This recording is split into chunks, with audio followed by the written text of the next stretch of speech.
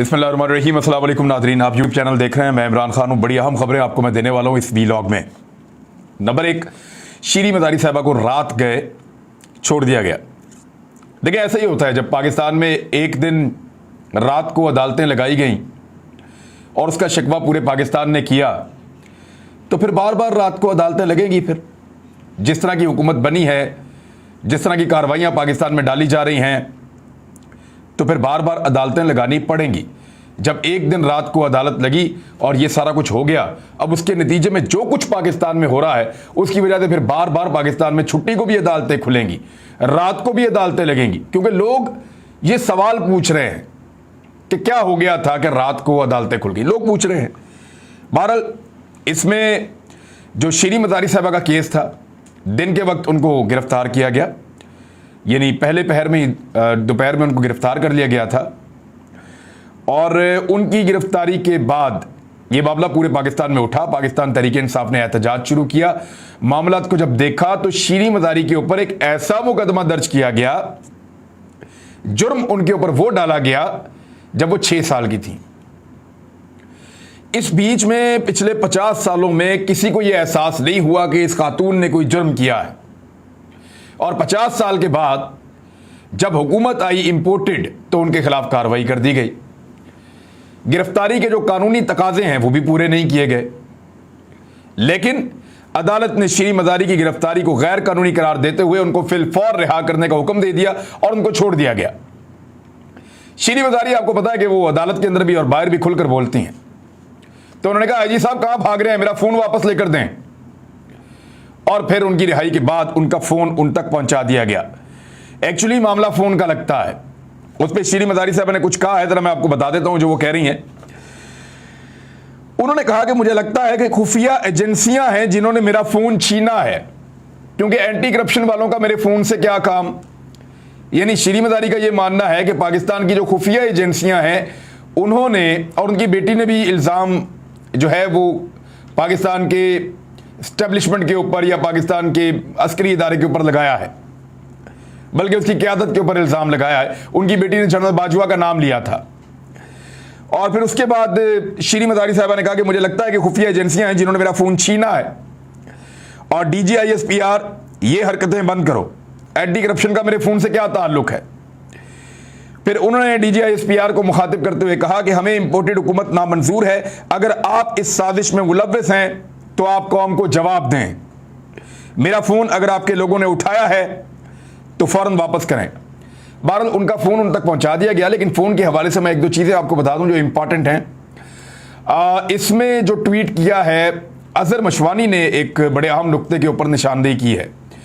इनका ताल्लुक़ पाकिस्तान तहरीक इंसाफ से है, लेकिन इन्होंने बड़े अहम नुक्ते पर निशानदेही की। उन्होंने कहा कि डॉक्टर शीरी मज़ारी तकरीबन 1 बजे दोपहर को गिरफ्तार की गई, उनका मोबाइल छीन लिया गया और कोई मुसलसल 4:07 तक उनका व्हाट्सएप और मोबाइल फ़ोन इस्तेमाल करता रहा। ये रिकॉर्ड से पता चल जाता है। ये IT के लोग हैं, ये अज़हर वगैरह या बाकी डॉक्टर अरसलान वगैरह, तो ये इनके लिए मसला नहीं है ये पता करना कि क्या चल रहा है। तो इन्होंने बताया कि 1 बजे उनको गिरफ्तार किया गया और अगले 3 घंटे और कुछ 10 मिनट तक उनका टेलीफोन चलता रहा, उनका व्हाट्सएप इस्तेमाल होता रहा और उनका मोबाइल इस्तेमाल होता रहा। जिस तरह सियालकोट जलसे में ड्रामा करके इमरान खान की सिक्योरिटी कंप्रोमाइज करके मोबाइल फोन चोरी किए गए, आज की इस हरकत का भी यही मकसद था, यह सवाल उन्होंने उठाया। अच्छा, अब जो डॉक्टर शीरी मज़ारी पाकिस्तान तहरीक इंसाफ की हैं, उनका जो टेलीफोन का उन्होंने रिकॉर्ड्स, एक स्क्रीनशॉट उन्होंने लगा के दिया कि टुडे 4:07 PM यानी 4:07 पे आखिरी मरतबा उनके टेलीफोन को खोलकर उनका व्हाट्सएप देखा गया है डॉक्टर शीरी मज़ारी का। लोग इसमें क्या ढूंढ रहे हैं, इसमें डॉक्टर शहबाज गिल ने एक वजह पेश की है। उन्होंने कहा कि सबको यह लगता है कि वो जो वीडियो है वो यहां मौजूद है, जो 15 मिनट की वीडियो इमरान खान साहब ने रिकॉर्ड की है, और लोग उस वीडियो से बहुत ज्यादा डरे हुए हैं। सब लोग सुनना चाहते हैं कि उस वीडियो में किस किस का नाम है। बहुत सारे पर्दा नशीन ये सोच रहे हैं कि कहीं मेरा नाम तो उस वीडियो में नहीं है। तो इमरान खान साहब ही जानते हैं या उनके बहुत करीबी रुफका शायद जानते हों कि इमरान खान साहब ने उस वीडियो में किस किस का नाम डाला है और वो वीडियो इस वक्त कहां पे है। पहले इमरान खान साहब के फ़ोन चोरी किए गए मुबैना तौर पे, और अब डॉक्टर शीरी मदारी का टेलीफोन, और कुछ लोग कहते हैं कि ये सारा गेम हुआ ही शायद शीरी मदारी के टेलीफोन की खातिर है। तो ये टेलीफोन के अंदर से क्या निकालना है, क्या चेक करना चाह रहे हैं, क्या इंफॉर्मेशन लेना चाह रहे हैं, ये चीजें बड़ी इंपॉर्टेंट हैं। यानी शीरी मदारी बहुत करीबी हैं इमरान खान साहब की, और जो प्लानिंग है इमरान खान साहब की अपने साथियों के साथ, वो कहीं ना कहीं टेलीफोन में मौजूद होगी, और उस प्लानिंग को चेक करने के लिए उनका फोन खोला जा सकता है। लेकिन बहुत मुमकिन है कि इमरान खान साहब अपनी सारी प्लानिंग को तब्दील कर दें और आने वाले वक्त में एक बहुत बड़ा सरप्राइज दें, और वो जो सरप्राइज देंगे उस बारे में कुछ इंफॉर्मेशन मेरे पास है, मैं आपको बताऊंगा कि वो कितना बड़ा और क्या करने जा रहे हैं। अब आज आईजी इस्लामाबाद को तब्दील किया गया है। जो नया आईजी इस्लामाबाद है इसके बारे में बड़ी अहम मालूमात है मेरे पास। अकबर नासिर खान इस आईजी इस्लामाबाद का नाम है, और ये नेक्टा से इनको लेकर गए हैं यहां आईजी इस्लामाबाद के तौर पे। उसके अलावा जो डीआईजी ऑपरेशन लगाया वो भी बहुत खास आदमी है राणा सनाउल्लाह के, और उनको इनकाउंटर स्पेशलिस्ट के तौर पे लोग जानते हैं। अच्छा, इनको मेजर पनिशमेंट इनके लिए रिकमेंड की गई है इंक्वायरी ऑफिसर्स की जानिब से, सेक्रेटरी कम्युनिकेशंस। यानी इन्होंने एक गबन किया मुबैना तौर पे, और इनके ऊपर एक एलिगेशन है कि 2 अरब रुपए की करप्शन हुई सेफ सिटी के अंदर। सेफ सिटी का जो प्रोजेक्ट है उसके अंदर 2 अरब रुपए का गबन हुआ है, उसके अंदर 2 अरब रुपए की हेरफेर हुई है सेफ सिटी के प्रोजेक्ट में, और उसमें इन साहब के ऊपर एक इंक्वायरी लगती है। वो इंक्वायरी आगे बढ़ती है, हर स्टेज के ऊपर ये गलत साबित होते हैं, और फिर चीफ सेक्रेटरी के पास मामला जाता है, वहां से ये मामला सेक्रेटरी कम्युनिकेशन के पास पहुंचता है। हर जगह पे यही कहा जा सकता है कि इनको सजा दी जाए, हर जगह पे यही रिकमेंड किया जा सकता है और किया जाता रहा है कि यही आदमी मुलव्विस है, इसको सजा दी जाए। और फाइनली इस मामले को मुकम्मल करके वजीर आजम हाउस भिजवा दिया जाता है अप्रैल के पहले हफ्ते में। अब इमरान खान साहब के खिलाफ तहरीक अदम-ए-एतमाद चल रही है। हालात आप जानते हैं उस वक्त कैसे थे।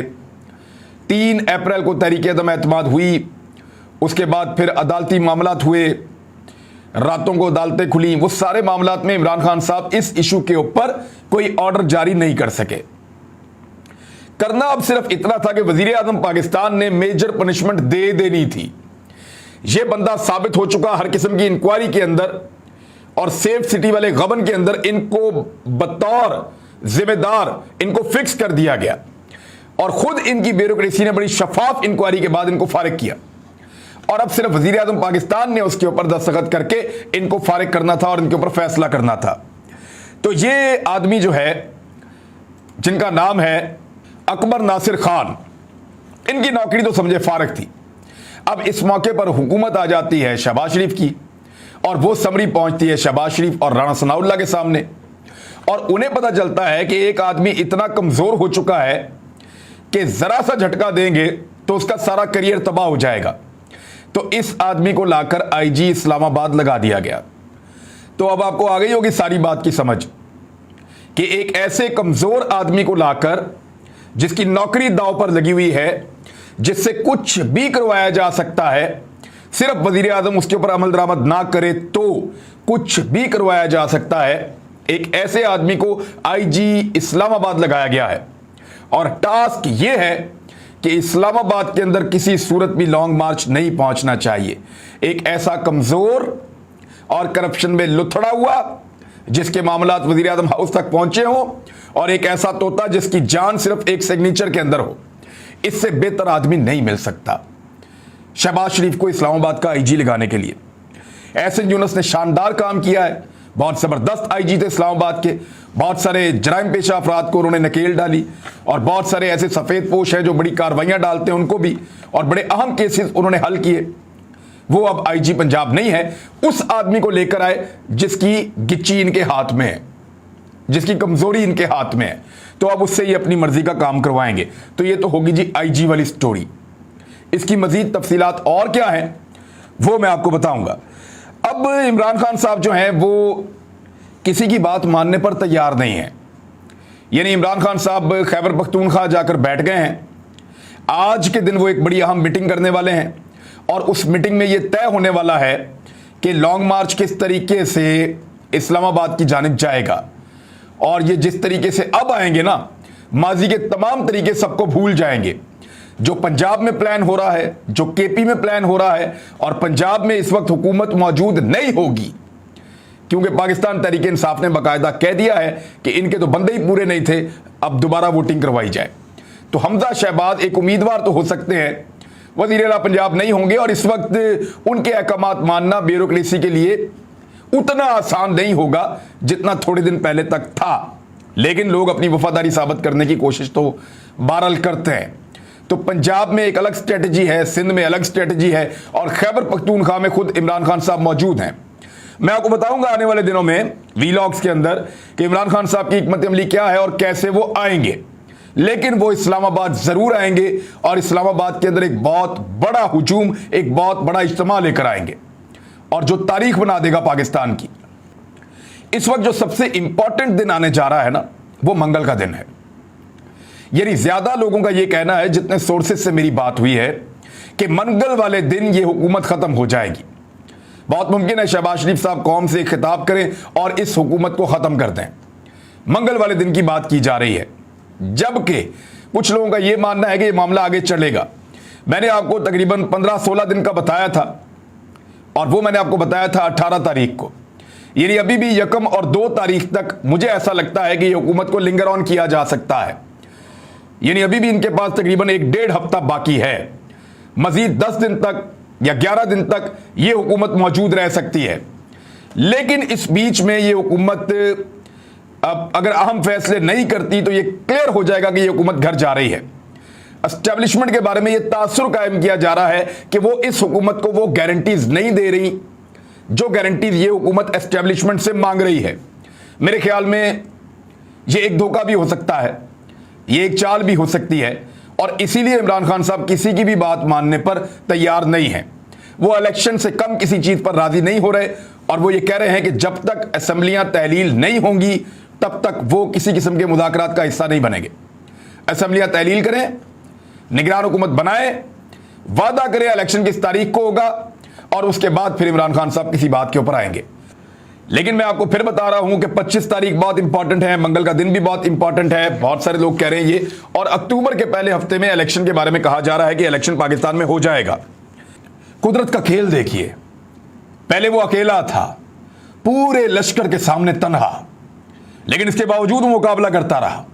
उसके हाथ पांव बांध दिए गए, जिन्हें वो अपना समझता था उन्होंने भी उसको धोखा दिया। पीठ में खंजर घोंपने वालों के बीच में वो आखिरी वक्त तक लड़ता रहा।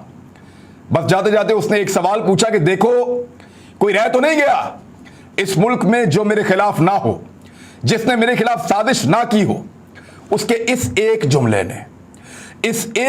ने उसके लोगों को जगा दिया। अब उसका लश्कर तैयार हो रहा है, एक बहुत बड़ा लश्कर। वो अपने लोगों के साथ, अपने लश्कर के साथ निकलने वाला है। वो इस्लामाबाद की जानिब आएगा और शब खून मारकर उसके मुल्क पर जो कब्जा किया गया है उसको छुड़वाएगा, और उसके लश्कर के सामने, क्योंकि वो एक अवामी लश्कर है, ठहरना मुमकिन नहीं है। अब तक के लिए इतना ही। अपना ख्याल रखिएगा, अपने इस चैनल का भी। अल्लाह हाफिज़।